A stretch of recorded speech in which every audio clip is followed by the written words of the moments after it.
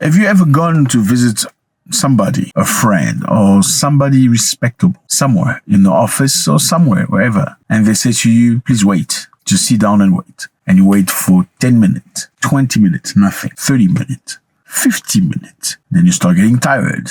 An hour. Then you start thinking like, does he know I'm here? Is he doing this on purpose? Like, what the hell is going on? Then eventually it doesn't come out and you have to leave. And you think about the time, the precious time you just wasted waiting for somebody. You know how that feels bad. Well, if you've experienced this, you're not alone. Congratulations. The United States of America's delegation, international delegation, a senior delegation of the United States has experienced the very same situation in Niger. Yes, a delegation of the United States of America went to Niger to negotiate, to talk with the leaders of Niger, and they couldn't see the president. They stayed there for 2 days, and an extra day, the president did not want to see them. What's up, everybody? Hope you're doing good. Thank you very much for stopping by. It's always a pleasure to see you. I see you from all over the place: South Africa, Zimbabwe, Nigeria, Uganda, Tanzania, Rwanda, Ghana, Jamaica, Wagwan, mi boss, America, UK. Thank you so much for being here. Your first time, I'm Zach. I don't know who you are, but certainly we're going to like each other. We are the same people. Please click on the button. I think it's called subscribe, so we can see each other further. And also, YouTube has just told us as many of you guys watch videos, but you're not subscribed. Not cool. We want to grow this channel and we're struggling. We want to justify this. Okay, please do the first step and we can continue doing this. Thank you very much. Okay, so let's back to this. This is Niger. Here's a map. Beautiful country. What's happened is that the US, a senior delegation left Niger after 3 days visit to renew the contract with the junta that ousted West African President Mohamed Bazoum. What happened was last year, a group of soldiers took over the country and kicked out the ex-president Mohamed Bazoum. After they took over the country, America suppressed the contract that they had with these people. America used to send some aid, some money. I don't know why these countries send money to Africa, but they used to send money to these countries. They say, no, we're not going to send you any more money because you are rebels. You are not democratically elected government. Instead of them begging America, saying, please, America, give us money. They say, okay, cool, no problem. You can keep your money. They stay that way. Now America want to come back. So the American delegation left Niamey. Niamey is the capital of Niger, Thursday after meeting several Nigerian officials, but they did not meet the president. That's a big message, isn't it? The delegation led by Assistant Secretary of State for African Affairs, Moli P or Moli Fi. Is it Moli P or Moli Fi? Anyway, I don't know. Moli P or Moli Fi, it's fine. Was initially due to have stayed in Niamey for 2 days, but then extended the visit for a day,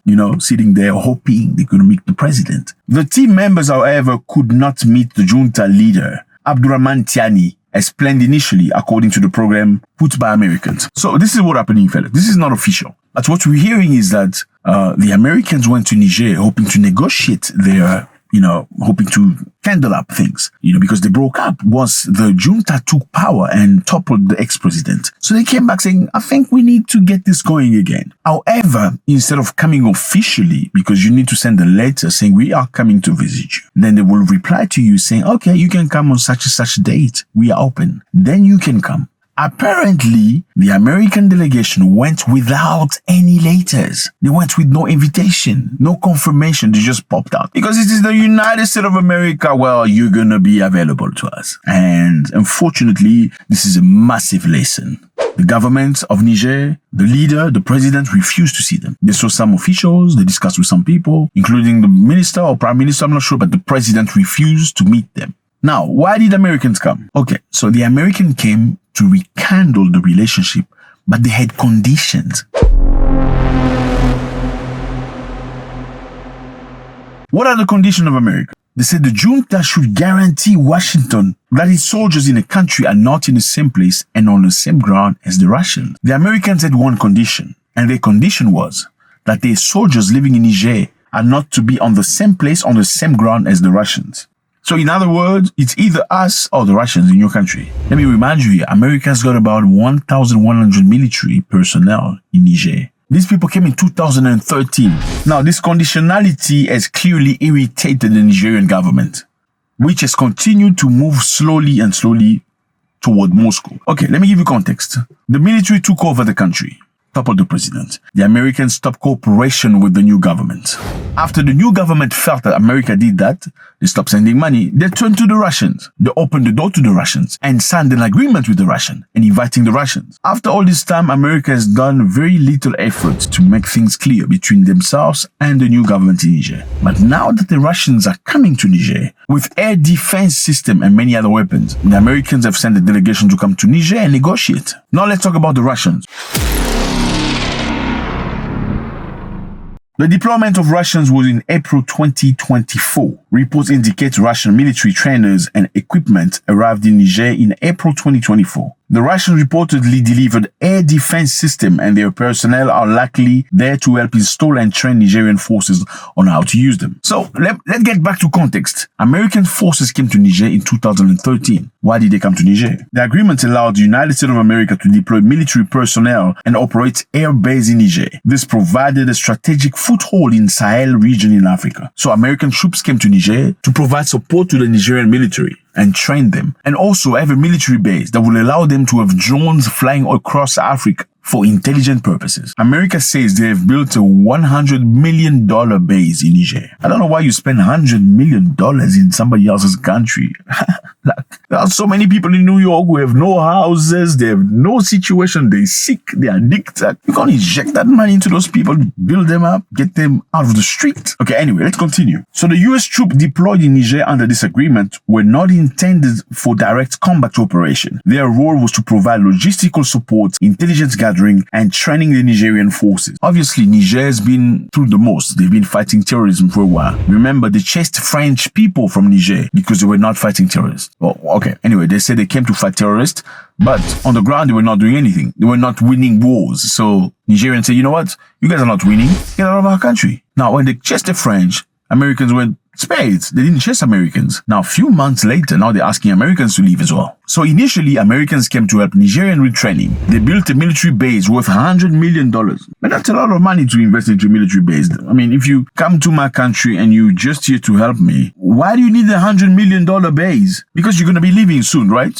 Or you're not looking to leave soon? Like $100 million, that's a lot of money for just a couple of years. I mean, how long are you coming for again? That's a question. So let's get back on track. Niger was led by a president named Mohamed Bazoum. Mohamed Bazoum did not work for the people. At least the people thought he wasn't working for the interests of the country, but the interests of West Nation. So a group of soldiers from Niger decided to topple him. They toppled him, but they didn't kill him. They put him in jail, in house arrest for a while, not hurting him or his family. Once the military took over power in Niger, they asked French soldiers to leave the country. French soldiers left the country. At that specific time, the United States retracted from the contract they had with the Nigerian people. So all cooperation were called. Instead of begging, the Nigerian people did not beg. They retracted themselves and turned to Russia for help. Russia was very present. Russia was giving them intelligence, giving them weapons and things they needed at the time. So Nigerians felt like, okay, maybe Russia is the person we need to work with. Now Americans feel like Russia is taking the ground. You know, Russia is working hard. Let's get back to Niger and have a chat. Unfortunately, the first time there was a diplomat, an American diplomat, that accused Nigerian of cooperating with Iran. He said something along the lines that the Prime Minister of Niger has gone to Iran to sell them uranium because Niger is one of the biggest producers of uranium. And uranium is what you need to create the atomic bomb. You know the atomic bomb? This one. Oof. Yes, that bomb. You need uranium to build it. At a specific time, the Prime Minister of Niger went to Iran to cooperate with Iranian because they felt, I mean, as a person, you can talk to whoever you want, right? Apparently, not for America. You have people you can talk to and people you cannot talk to. So this American diplomat accused Niger of cooperating with Iran, sending uranium to Iran for them to build the atomic bomb. By doing so, he expected people of Niger to retract and say, no, justify themselves. Say, oh no, we're not selling them anything. It's just a visit. Nigerian people did not justify themselves. By accusing Niger like that, expecting them to come and justify themselves, they did not foresee that was pushing actually Niger away from America, but in the arms of Russia. Now the Russians are on the ground in Niger. America's coming back very quickly, trying to renegotiate. Let's agree, okay? You either going to have our soldiers or their soldiers. Make sure our soldiers are here, not on the same ground as them. Well, the Nigerian people are very infuriated about that. They say, you're not going to tell us what to do in our land. This is our country. Oh, by the way, you built a $100 million base. This is illegal. Yes, the government said that base is illegal. American soldiers have to leave Niger. But now the Niger government has come without necessarily doing the right things. They've been kept in a waiting room for 2 days. They extended one more day, hoping that things are going to be okay. They could perhaps meet the president. He's not about that life. So I'm very curious. I want to know what you feel about this. Do you think this is dangerous for Niger? Is this a dangerous move? Are we going to see some sort of a bigger rebellion happening, or some sort of a terrorist attack, or some bombardment that comes out of nowhere? Because, well, some people believe that if you ignore Americans, your regime is mostly going to change, or something's going to happen. Or do you think these are myths? Let me know how you feel about this. It's always a great pleasure. God bless.